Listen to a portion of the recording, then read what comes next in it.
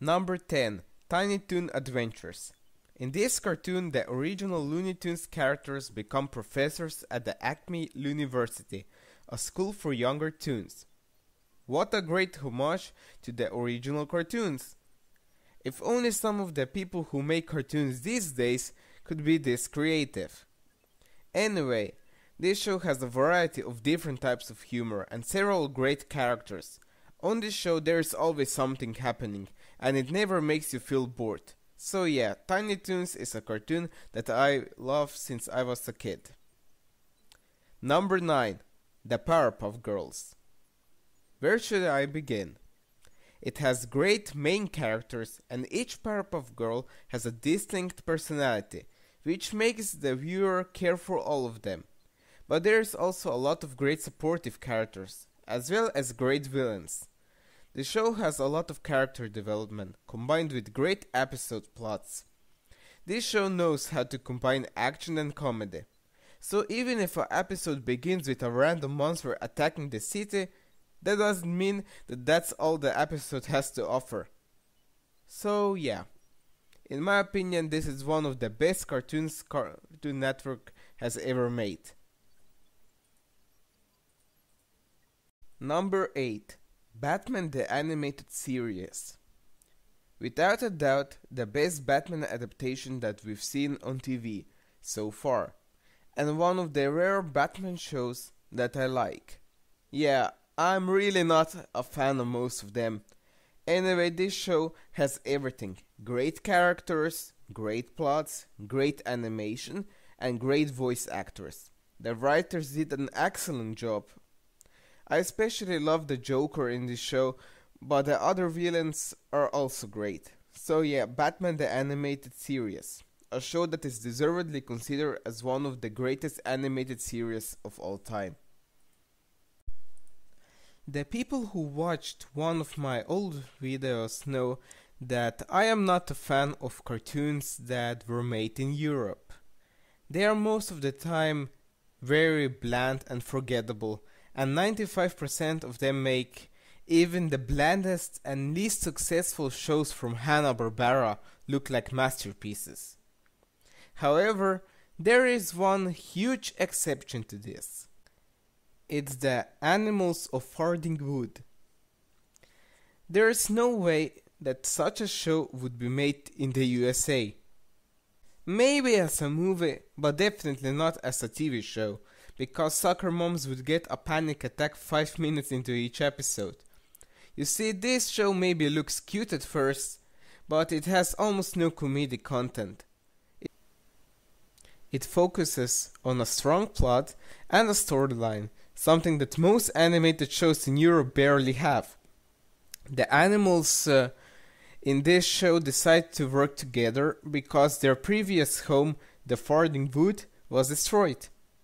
They team up and go together on a journey to search for a new home. However, before they arrive at a park, a lot of animals get killed. Yes, a lot of the show focuses on death of certain animals. And basically no animal is safe. And young animals are also not spared. As a kid I was often quite sad because characters I cared about died. It is one of those rare shows that is aimed at children, but it also features death. And it also shows all consequences of death. I don't remember even once that this show would have lightened up the concept of death. Another thing I like about this show is that all animals behave exactly as their real animal counterparts. Dare I say that you know more about the behavior of forest animal from watching this show than from most shows that you see now on Animal Planet? Yeah, that's let's save that for another video in the future. The only thing that's not natural of the behavior of the animals in this show is that the animals decide to work together, both the prey and the predators. But beside that, everything is spot on. Finally, I think that I can thank this show for becoming a huge animal lover. And this all thanks to the fact that nothing in this show is sugar-coated, and basically everything that happens in nature can also happen here. And nature can be very cruel sometimes. So yeah, The Animals of Farthing Wood has, in my opinion, one of the best stories of all TV shows. Number 6. Mickey Mouse Works. Take the old Disney cartoons and add the humor of the Looney Tunes, and you get this show. It is hilarious. Sure, it's not the same as the old Disney cartoons, because the writers took a different approach, but it works very well. And I also like it how they modernize the characters without drastically changing them. The segments of this show have also been used for the House of Mouse show. In my opinion, you have to watch this show to really see what I'm trying to say. You see, it's not a show that focuses on plot, it focuses on comedy. Number 5. One Piece. First of all, if you only watch the 4Kids dub, then shut up. That dub is a disgrace to this show. This show is about a bunch of pirates whose leader is Luffy, and his goal is to find the legendary treasure One Piece and become the king of the pirates. Also, every crew member has a dream and their goal is to fulfill their dream. This alone already shows that each character in this show is unique. I also like that this show does a great job at combining comedy, action and character development. However, there is one thing about this show. You have to start watching it from the start. That's the only way it makes sense. Otherwise it would feel like an acid trip. I remember that I watched the first 50 episodes and I loved this show, but then it stopped airing on TV and I lost track. And one day I switched on the TV and I think the episode that aired was around the 110th episode. And it didn't make any sense to me anymore. So I decided to watch the reruns later. So the thing I love about this show is that there are over 600 episodes. And there is still no ending in sight. During this whole time the show never became boring. Instead it matured like a good wine. So yeah, One Piece. I'm glad that I watched the German dub. Number 4. Pinky and the Brain. This is one of the funniest cartoons that I've seen so far. It is about two mice. One is a genius and the other one is somewhat insane. Every night they try to take over the world, but they always fail.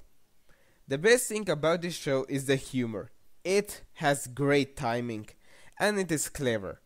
And the writers knew how to use adult humor and yet at the same time make a show whose characters lure viewers from every age. Number 3. Detective Conan, also known as Case Closed. Now here's an anime show that I've been watching since I was 8. The show is about a high school detective who already solved several crimes. However, one night he is attacked by two criminals, and since they don't want witnesses, they use a poison. However, the poison has a side effect. Instead of killing him, it transforms him into a child. He gets a new identity, and since then he is Conan Edogawa. He of course hides his true identity from most people. Some find it out, but most of them don't. His main priority is now to investigate and find more about the organization to which the two criminals belong. New viewers of this show should also know one thing. This show was at first considered as a short-lived project, and I think the people who made this show didn't think it would even reach 50 episodes. Because of this show has a completely different approach in the first 20 episodes when it comes to the plot. And also you should know the people who made the anime version made several mistakes when they used the stories from the manga because they were just barely based off those stories, and later they actually had to change some things so that the show wouldn't have plot holes. For instance, one manga case was made into 2 different anime versions because of this. So yeah, the first episodes feel kind of fast-paced and simplified compared to the older episodes. Not a real problem in my opinion, if you ask me, because the old episodes have a different charm compared to the newer ones. So, now, what's the reason why this show isn't my number 1, you may ask?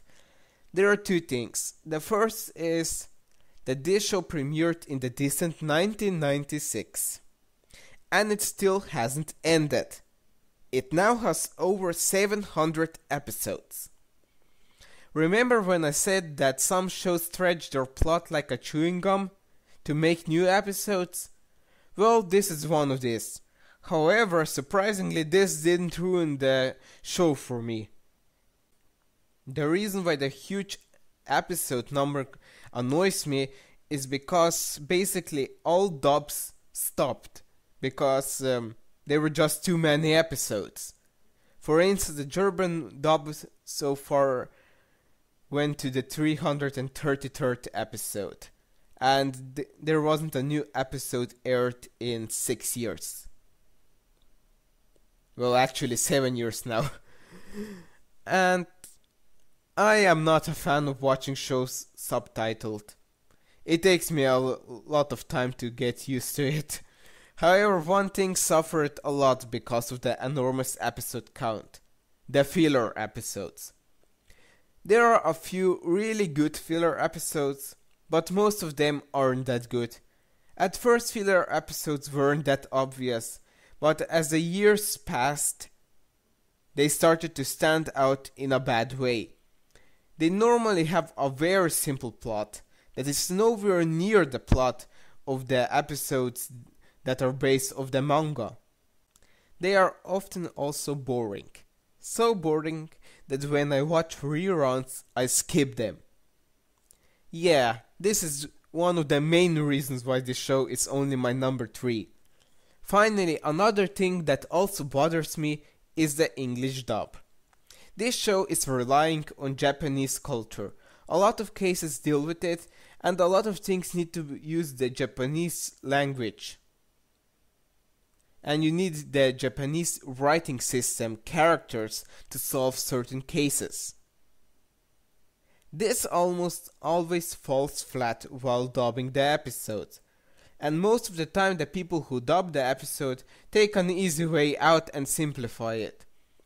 Second, the dub Americanized the show, and in my opinion, it just isn't the same anymore because it took one of the vital elements from the original. The German dub translated everything literally, and it doesn't hide the fact that the show takes place in Japan. Now that's a thing that I respect. However, the dub is still far from the worst dubs, some of which are so bad that you think that the people who made them wanted to ruin the show for everyone. I recommend this show for everyone who likes shows with a good storyline, and I also know several people who don't like anime shows in general and yet enjoy this show. So I recommend it to you, and it would be nice if you give it a try. Number 2. The Animaniacs. What can I say about this show that I already haven't said about a lot of other shows on this list? Well, not much, except that in my opinion it is even funnier. This show always makes me laugh, and my favorite character is Slappy the Squirrel. She is, in my opinion, the funniest cartoon character from the 90s.